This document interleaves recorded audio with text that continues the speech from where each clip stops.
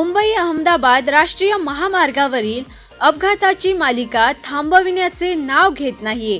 डहाणू जवळील महालक्ष्मी मंदिर उड्डाणपुलावर ट्रक आणि कारचा भीषण अपघात झाला असून यामध्ये 2 जण जखमी झाले आहेत। सुदैवाने या भीषण अपघातात कोणतीही जीवितहानी झालेली नाही।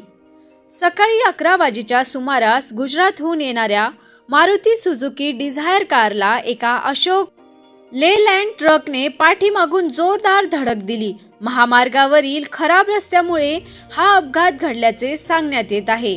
या अपघातात कारचा पूर्णपणे चेंदामेंदा झाला आहे। कार चालक मुकेश मंगल यादव आणि किरण देवी मिथुन दास हे दोघे जखमी झाले असून त्यांना कासा उपजिल्हा रुग्णालयात दाखल करण्यात आले। महामार्गावरील उड्डाणपुलाचे काँक्रिटीकरणाचे काम अर्धवट ठेवल्यामुळे हे अपघात वारंवार होत असल्याचा आरोप स्थानिक ग्रामस्थ आणि वाहन चालकांनी केला आहे। या परिस्थितीला जबाबदार कोण असा संतप्त सवाल नागरिकांनी केला आहे। अपघातानंतर ट्रक चालक घटनास्थळावरून फरार झाला आहे। चारोटी कॅबचे पोलीस निरीक्षक पराड आणि त्यांच्या पथकाने तात्काळ घटनास्थळी धाव घेत वाहतूक सुरळीत केली। सध्या कासा पोलीस या प्रकरणाचा पुढील तपास करत आहेत।